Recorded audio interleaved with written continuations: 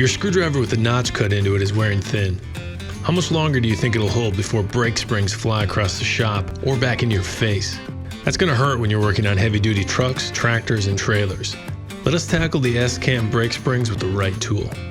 The 5081 air brake spring tool uses a replaceable hook to secure brake springs during removal and installation. The uniquely shaped square bar is made of heavy-duty tool steel for years of service and stretching tightly wound brake springs. Its step design also fits around braking components, giving you more leverage when stretching springs.